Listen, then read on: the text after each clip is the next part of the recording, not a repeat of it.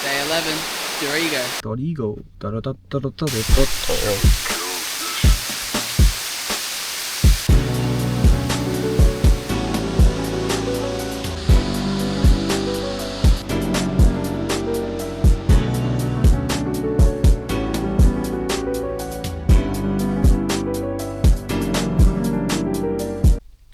Yeah, I just arrived at my campsite and it's on fire. It's currently 7 AM and we are off to the Dorigo National Park. Yeah, that's right, you gotta know where we're going before we actually get there. I just spent probably the last half an hour to an hour trying to figure out where this rattle is coming from, because there's a new rattle that started yesterday. So I've tightened all the screws and moved everything around, but I imagine it's still going to be rattling. I at least think it's inside the car, because when I open the windows and stuff it's not any louder, so I think it's just the load rather than something actually wrong with the car. But yeah, hopefully I fixed it. Somehow I don't think I will have. Also, if you didn't notice yesterday, this little guy fell down. He's come off his string, so now he's just sitting down here with me. Don't worry, he's okay. He's okay. He's just sitting down here at the moment. If you did notice that, I'm just going to have to assume you're a psychopath, because why did you notice that? And if you didn't notice, you hate me. So, pick your battles. Anyway, off to Dorigo. Dorigo.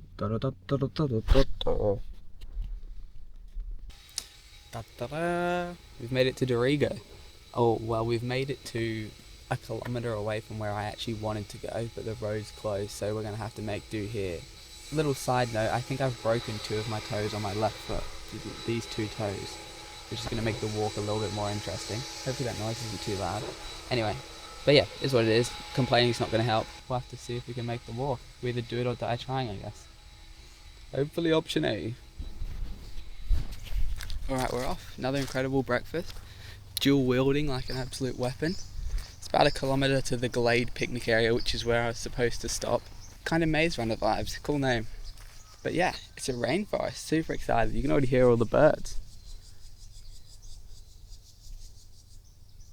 I'm expecting some crazy waterfalls, just some scenic spots. I mean, that's what we've had every day anyway, so what's new?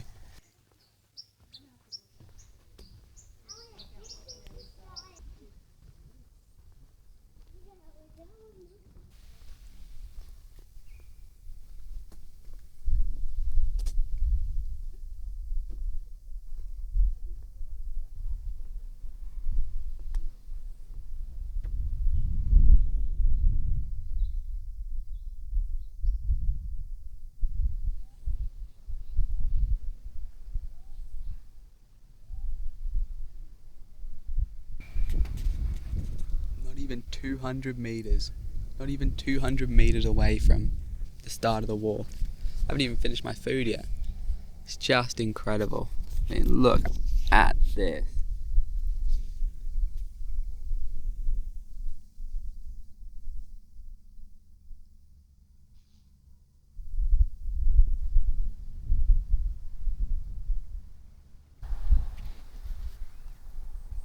Can you hear those birds singing?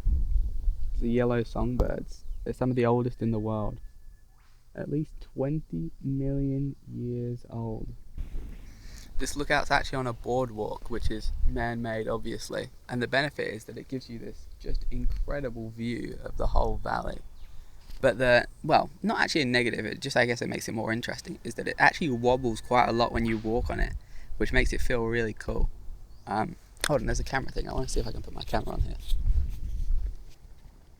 Oh no, that's not going to work. Oh, sort of. So yeah.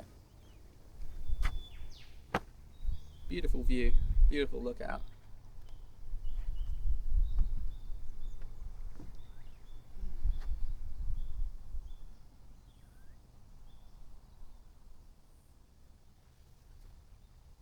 Kind of reminds me of the Capity Valley, just not as valley-ish obviously, but it's just the trenches which are just absolutely filled with trees. I think where I stayed last night is over that direction. Probably. Actually might be that direction, so I have no idea. It's somewhere vaguely in that proximity.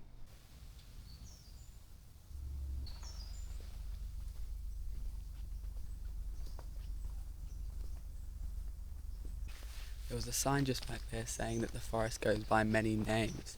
To the locals it's known as a protective blanket kind of over this whole mountain area.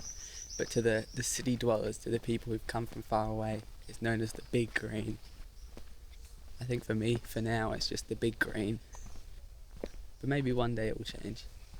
As you're walking down the path, you can just hear all of the animals just around. Birds non-stop, but also things moving around in the trees. I don't even know what that would be. Even on the path right in front of me, there's just these little tiny birds just flittering around.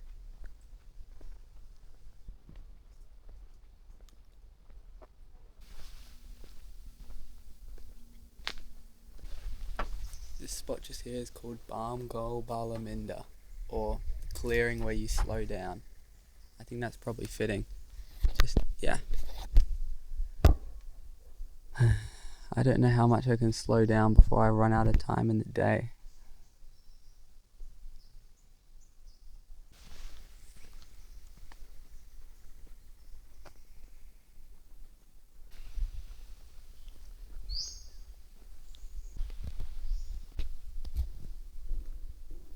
On the floor just here, there's a sign that says, "Where dinosaurs still walk." How ominous, what does that even mean?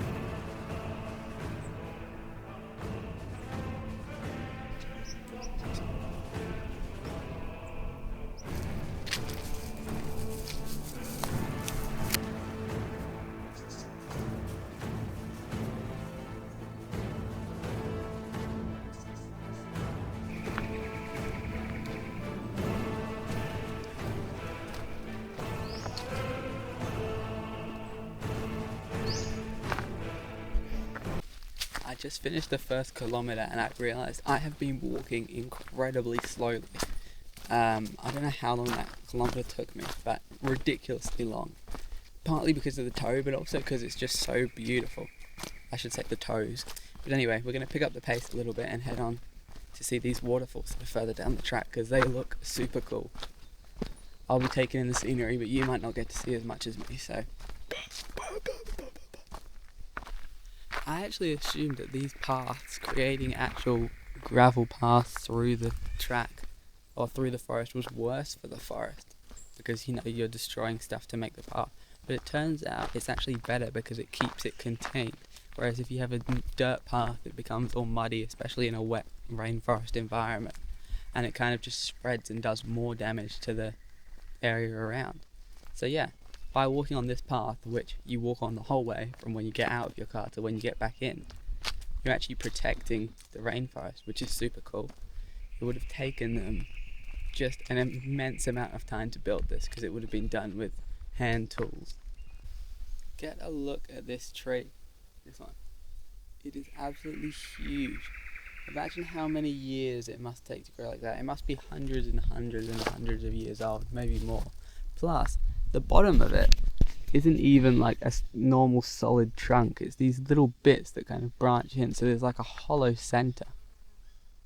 It would make for a good den if you lived out in these woods, I imagine. Like as a kid. Yeah, that would be a good spot. Or hide and seek. That would be a good hide and seek spot. If you want to come to the Dorrigo National Park and play hide and seek with me, let me know. But you can't have watched this because you'll know my spot.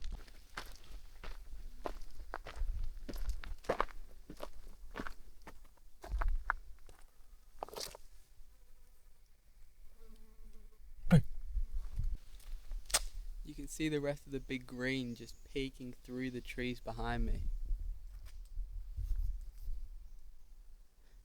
Just in the background. It's like a misty blue colour. I can't remember why it looks blue. I'd imagine it's the same reason as why the Blue Mountains looks blue and why it's got the name. But yeah, I can't remember at all. It's something to do with... No, I'm lying. I actually have no idea at all. I'll have to search it up and get back to you on that.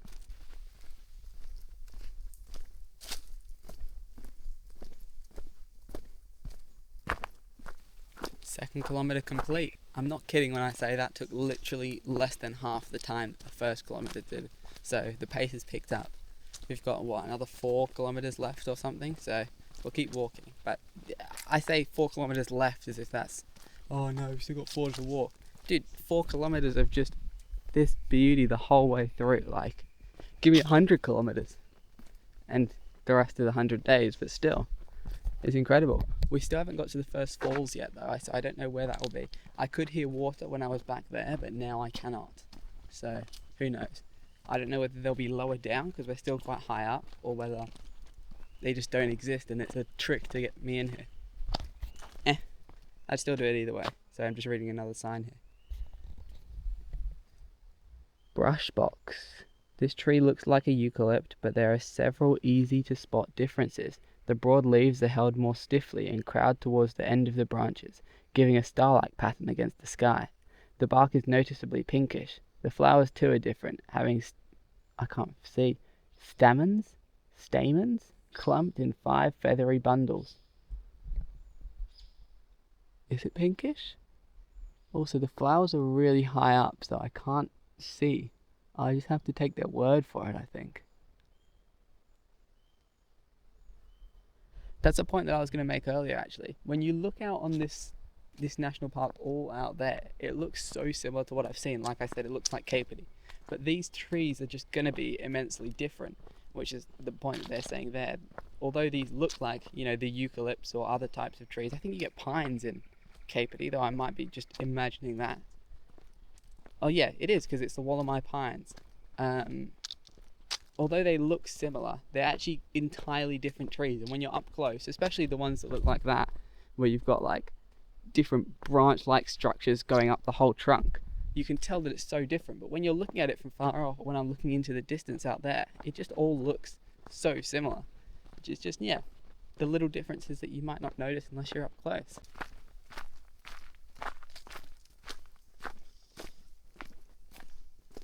I can hear water again. Somewhere down there. Or maybe not. My peripheral hearing is terrible, but I think it's somewhere down there. Ooh, bird.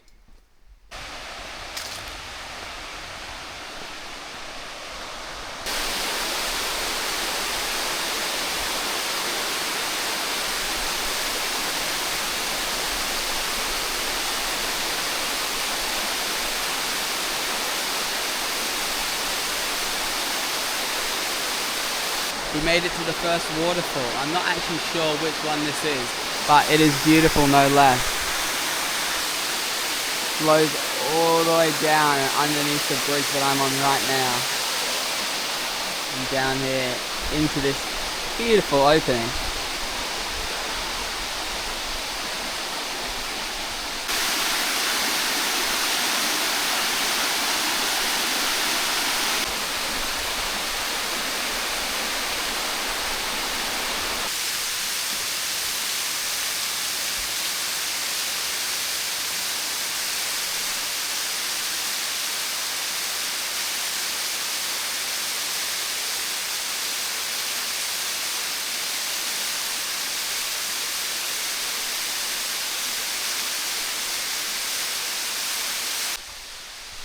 That waterfall was actually called Tristania Falls, named after a type of tree that was found here on the ridge. I feel like it might as well be my catchphrase at this point, but super beautiful. Super beautiful. I'm not quite sure how long of the track I've got left. I imagine it is about 3 to 4. Ooh, look at this, hold on.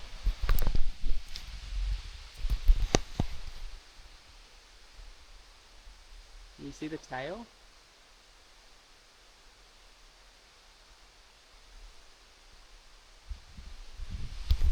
He moved right when I was going past, so I heard him. Anyway, I think I've probably got 3 to 4 kilometers left, so I'll keep heading on. There's another falls called Christina Falls or something, maybe a kilometer or so down the track. So I'll probably check in with you there.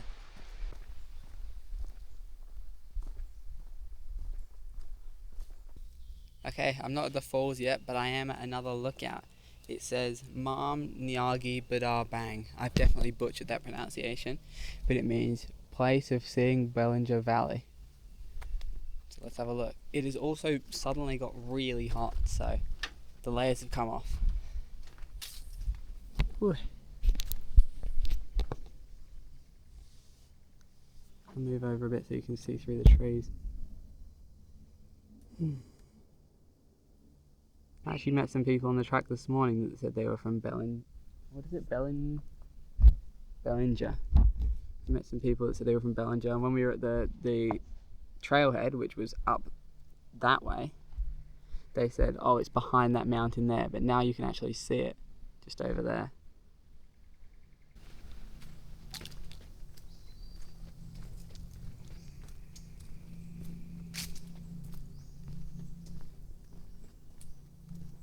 Well, we found the waterfall, but so too it seems with literally every other person in the Dorrigo National Park at the exact same time as me. I'm not even kidding, the whole time I've been here I've had the park completely to myself, and then I got here and there's like 20 different people just all here enjoying it. I mean, I understand why, it is incredible, but damn, I just didn't realise there were that many people here today.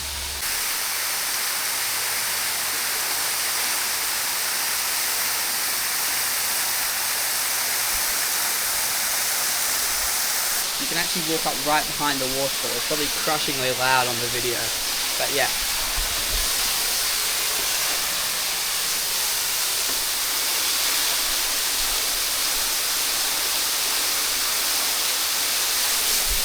If you're just standing here, you can feel the water splashing you.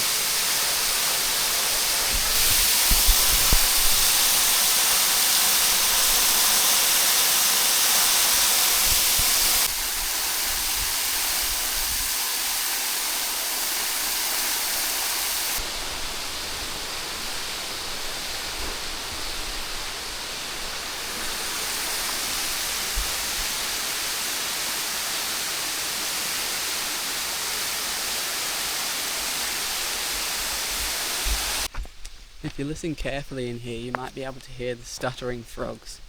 You might hear the or the like something like that. It's actually, you hear it every now and again, but I don't think I've picked it up in any of the videos.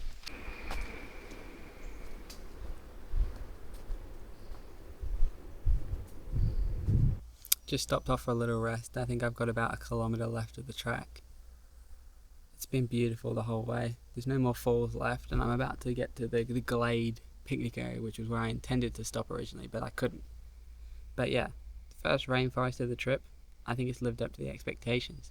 That means that we've been on top of mountains, in swamps, in rainforests. I mean, where even next? I guess the desert? Oh, and beaches as well. We've done beaches. So I guess the desert needs to be on the list. Maybe I'll add that to the list of side quests. We have to go to a desert. And snowy mountains. Yeah, then we get a kind of bit of everything. Anyway, I'm going to get up and head off and do this last kilometre. Okay, so turns out I've actually walked past the glade. The walking track to get there was actually completely closed off, so I didn't have a hope of going there. But right now I'm walking along the Walking with the Birds boardwalk, which is why I'm talking a little bit quieter, because if you can hear, it's just full of birds around here. So just listen to the ambience of that.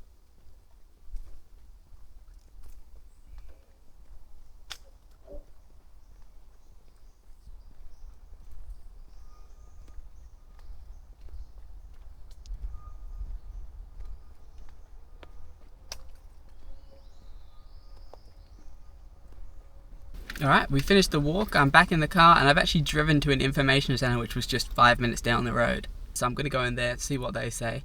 There's a couple of spots around here that I wanted to do today, and then I'm actually going to start driving towards where I wanted to go tomorrow, plus get some fuel. So yeah, perhaps a bit too revealing of a story, but on the walk, I was walking down, I walked past this girl and I thought, she reminds me of the girl from Bridge to Terabithia. I wonder what she's up to.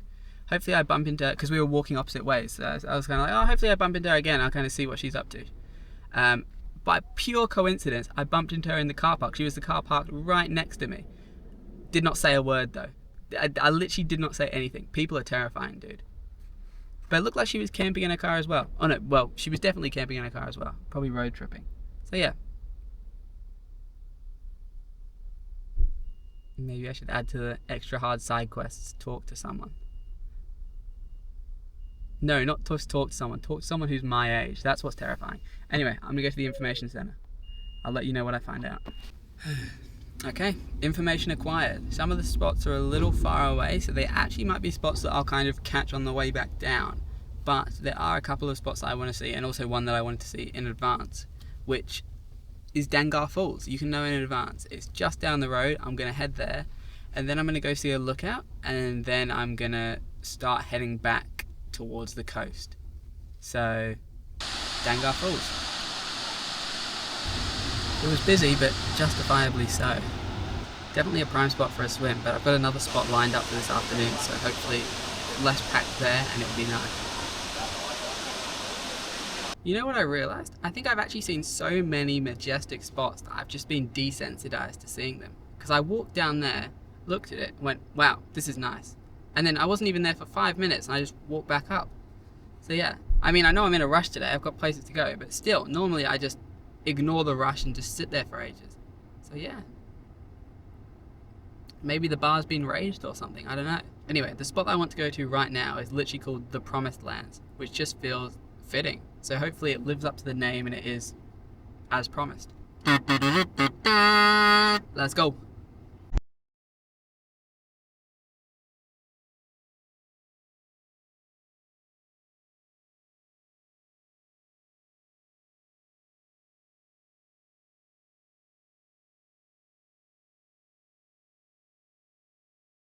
Here we are, Tucker's Knob Straight. That's a Freudian slip. Tucker's Knob State Forest. Bit of an unfortunate name, but here we are. I'm currently walking along the rocks at the edge of the river, the Never Never River, looking for a nice spot to dip in. I think a bit downstream there's actually a rope swing in a deeper area, but I'm just going to stay over here instead because I imagine that bit's going to be busy, judging by how many cars I drove past on the way in. So yeah, we'll chill up here. It's pretty open here, and the water's flowing in from this dam over here, or this dam.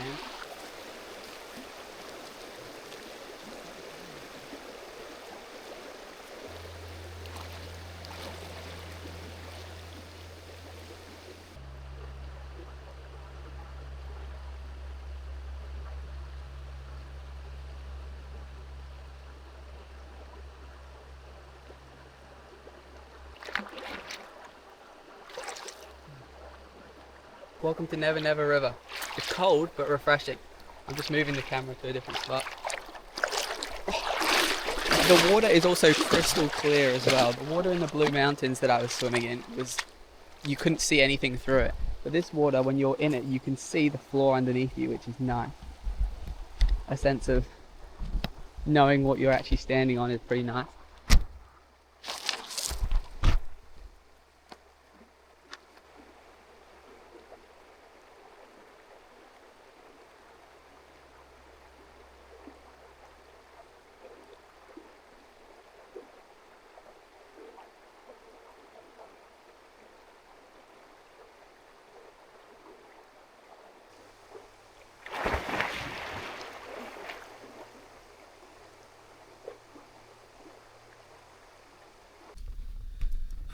That was refreshing. Unfortunately, we do have other places to get to today, because otherwise I could have stayed there for a lot longer. Well, I was thinking that, and then someone else sat up right next to me, and then I was like, oh, actually I could go, and I just left. But no hate to them. I mean, I don't own the place. But yeah, I'm too awkward to film around other people. So, what's the place called? Somebody's Knob National Park. I think it's Tucker's. Really beautiful, and it's big as well. I mean, not as big as like the Blue Mountains or Wallamite or whatever, but it doesn't need to be that big. You know, this is big enough. So now I'm gonna head to another stop, which I wasn't actually planning on going to, but the fuel is really cheap there, so I'm gonna go get some fuel and then try and find a campsite. But there's no service in here, so I need to get out of here first and then try and figure out my route. I think it should be about an hour to the spot, and then hopefully find a campsite within an hour from there, continuing up north on my journey. Shout out to Coffs Harbour for having cheaper fuel and free parking, because it earned me an unplanned walk along the beach.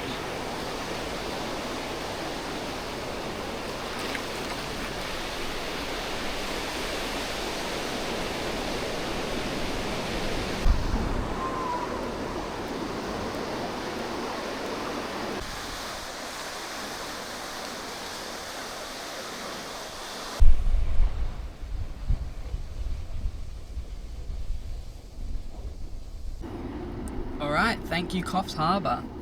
Nice spot. Now we've got to go find a campsite. I have just found one on my phone. I'm actually going past where I want to go tomorrow, so too far north, and I'm going to have to come back down south. But the only campsites that are in between, spoiler, are in Buka, and all of the reviews are saying need a four-wheel drive to get to. Even with a four-wheel drive, it was hard to get to, or not right. And I just don't want to be doing any hard driving when it's getting dark. So I'm thinking I'll head up to the campsite, which is in Woolgoolga, which is actually named after one of the plants, one of the fruits that I saw today. I think it was a fruit. I can't actually remember. I remember there was something called Woolgoolga. At this point, I probably should have realised that something was wrong. I mean, all the smoke. But I kind of just thought, surely that's just not where I'm going, right? It looks close, but it's not like right where I'm going, right? And then I drove past this truck that was on fire, which isn't really related to anything, but kind of just felt like a weird omen. I mean, more fire.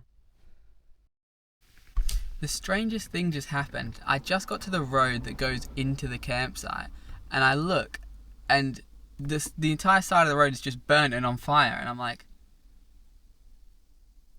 okay, take a look. There's literally a controlled burn going on here, like in where the campsite is.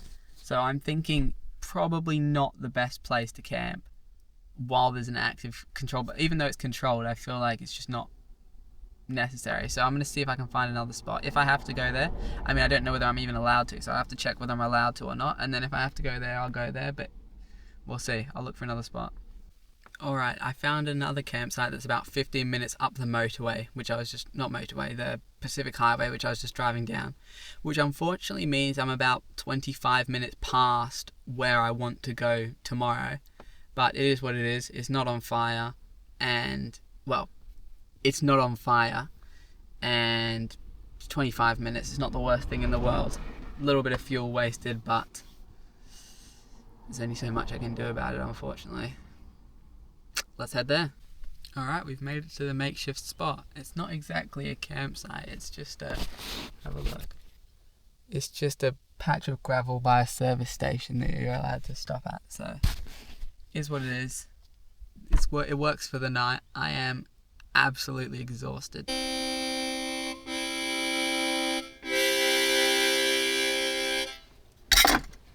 It's time for chess. I'm going to play another couple of blitz games. I was going to learn some more of the English, but I'm actually really running out of time at the moment. So I'm not going to learn anymore. I'm just going to play some games and see if it's something good. I imagine it will probably be blunderous, but actually I'm kind of a little bit away from a not big milestone, but a decent milestone in the journey to 1500. So yeah, it could be a terrible day. I don't know why I said that. It's not going to go well. I'll play maybe 3 or 4 games and show you the most enjoyable one. This is the first game. It was not very good, but it's funny enough, so I'm going to show you it, and then I'll play another one as well. Oh! I just cut something out of the video. I just almost showed you my... Oh wait, no, it actually doesn't matter. Oh wait, no, yeah, it does matter. I lied. I almost showed you my rating. So, here's the first game. This is a masterclass in blunder profiteering. Have played this move, including Gary Kasparov, Magnus Carlsen, and Bobby Fischer. He's comparing the other guy to him, actually. I'm getting time pressured this game because I don't have good service here. So, yeah. You captured that free pawn. How much theory, by the way, of an opening that I barely know. Rory Lopez. Soon you will be able to make a discovered attack to win material. Yeah. You get a chance to win material. You get a chance to win material through an eventual... Soon you will be able to make a discovered attack That's a to pretty win good material. find, no? That was like a 2-second find as well. Anyway. You captured a vulnerable queen. And that was it. He just resigned. They left their queen. You get it. You had a better I feel like that was you it. get, That was a soon good you will find, be able even if to he make a didn't blunder. They left their Or queen not. open It's for only an capture, giving inaccuracy you a as chance. well. Soon you will be able to make a discovered attack to win material. So what should they have played? Anyway, it's a moot point. Yeah, I thought that was a nice find, and that won the game. So yeah, game 1. I played 3 more games, all as black and all where I lost on time. Unlucky. I'm calling it a night. I'm sending you a photo of the day, so peace. I took 99 photos today, and pretty much all of them were incredible. There was just kind of a lot of stuff to see. I think the video is going to be absurdly long, but sue me. Anyway, the main competition was between 3 photos. The first one was of the boardwalk and the view over the Bellinger Valley. The second was of the waterfall. And the third was of a bridge that ran over the rainforest. Also, honourable mention to Tucker's Knob. That definitely could have been on the list, but it just felt better placed for another sort of platform. Anyway, the first photo of the boardwalk, it just framed it so well. Like, I'm not very good at photos, and I think you'd be able to tell that from the photos you've seen so far. But like the way that the boardwalk and the lookout itself was framed in the photo was really nice. And even though the sky is just kind of a large glare, you still get a really nice feel of the rainforest and the sky itself and the kind of atmosphere of the whole place from the image, which definitely makes it a contender, but just not enough to be today's photo. The second one was of the waterfall. And I mean, they're intentionally the highlight of today. They were the reason that brought me out here and kind of what the rainforest assumingly is known for. And it was beautiful. The water itself in the photo looks like a vine or something. Like it looks physically solid rather than flowing water, which makes the whole thing really interesting. And a lot of the other photos, this one kind of, but not as much as some of the others, you just get this glistening feel from the water, which is super nice.